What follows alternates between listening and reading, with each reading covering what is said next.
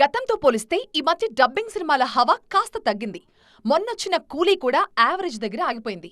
ఈ సినిమాని తెలుగులో దాదాపు 50 కోట్లకు కొన్నారు. లోకేష్ కనగరాజ్ మానియా కూడా కూలీని సేవ్ చేయలేకపోయింది. దాంతో డబ్బింగ్ సినిమాలపై రికార్డ్ బిజినెస్ అంటే బయ్యర్లకి భయం పట్టుకుందిప్పుడు.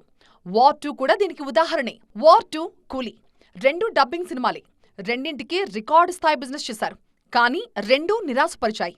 ఇదిలా ఉంటే కాంతారా చాప్టర్ 1 తెలుగు రైట్స్ ఏకంగా 100 కోట్లు కోట్ చేస్తున్నారని తెలుస్తోంది. ఇదేగానే నిజమైతే అంతకంటే సంచలనం మరొకటి ఉండదు. తెలుగు రాష్ట్రాల్లో 100 కోట్లంటే కొన్నిసార్లు మన స్టార్ హీరోలకే సాధ్యం కాదు. తెలుగు రాష్ట్రాల్లో 100 కోట్ల షేర్ పక్కన పెట్టండి. గ్రాస్ వసూలు చేసిన డబ్బింగ్ సినిమానే ఒక్కటి, అదే KGF 2. ఈ చిత్రం 138 కోట్ల గ్రాస్, 84 కోట్ల షేర్ వసూలు చేసింది.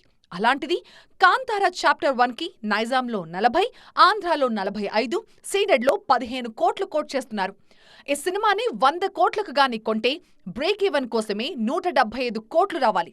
పైగా ఓజీ వచ్చిన వారానికే విడుదల కాబోతోంది కాంతారా చాప్టర్ 1.